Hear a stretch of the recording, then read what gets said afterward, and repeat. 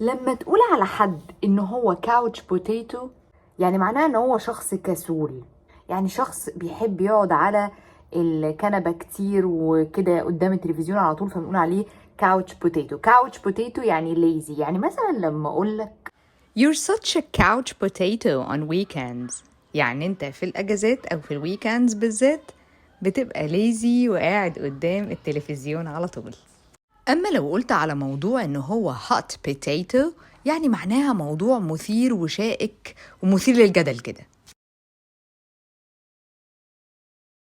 ما تنساش انك لو عايز تقول لحد انه بيطبخ حلو جدا ممكن تقوله You're a fantastic cook.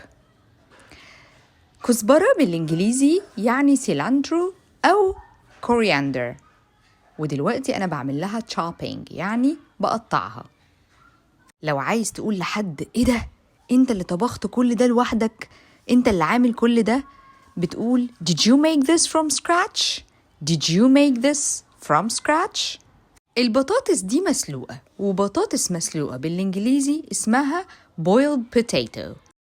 وقلت على حد بالإنجليزي إنه potato معناها إنه uninteresting person، شخص يعني مش ظريف مش لذيذ. أما to egg someone on يعني تشجع حد يعمل حاجة غلط. ضرب البيض كده اسمه بالإنجليزي to whisk. whisk يعني بنضرب البيض، ودلوقتي هنحط شوية في التلاجة. تعالى بقى نتكلم شوية عن رمضان. كلمة الصلاة اسمها prayer، أما يصلي فهي to pray. احتفال هي celebration، فاحنا we're celebrating رمضان، يعني بنحتفل برمضان.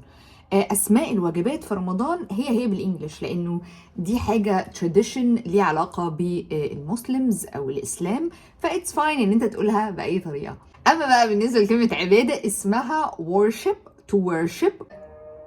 للأذان فهو اسمه prayer call. رب يا رب يا رب يتقبل منكم كلكم.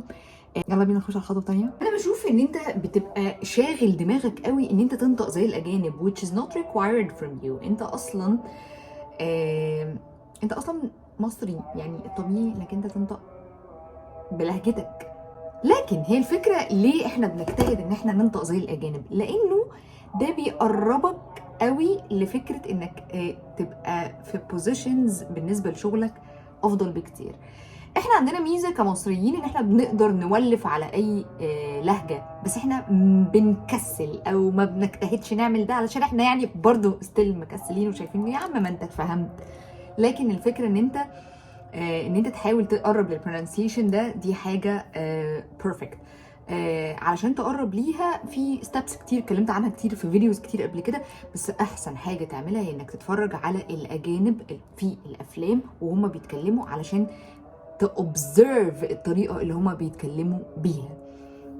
ابسط السيكريتس اللي ممكن تخليك بتتكلم ببرونسيشن حلو كويس مقبول مفهوم هو انك تطلع لسانك في حرف الذا وحرف البي والبي. دول تو سيكريتس كده، لو انت مشيت وراهم يعني هتتظبط جدا جدا جدا.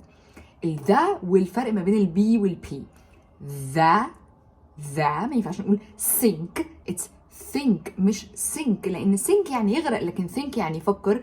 بي وبي بي في هوا. لو انا حطيت ورقه هنا، مفيش ورقه جنبي دلوقتي للاسف، في انا في المطبخ، لو في بي وبي الورقه هتتحرك. الهوا ده بيفرق في معنى الكلمه نفسها، لان مثلا فور اكزامبل بي يعني نحله، لكن بي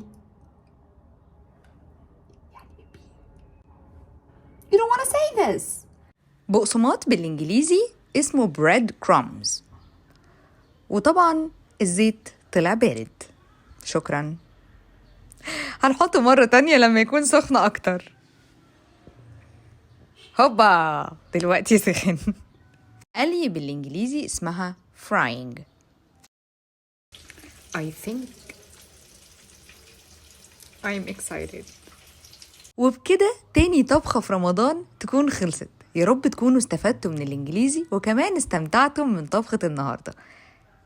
خليكوا فاكرين إن أفضل طريقة تتعلموا بيها الإنجليزي هي إنك تكون بتعمل حاجة ممتعة وفي نفس الوقت بتتعلم. ما تنسوش تشوفوا الطبخة اللي فاتت واستنوا الطبخة اللي جاية. كل سنة وانتوا طيبين.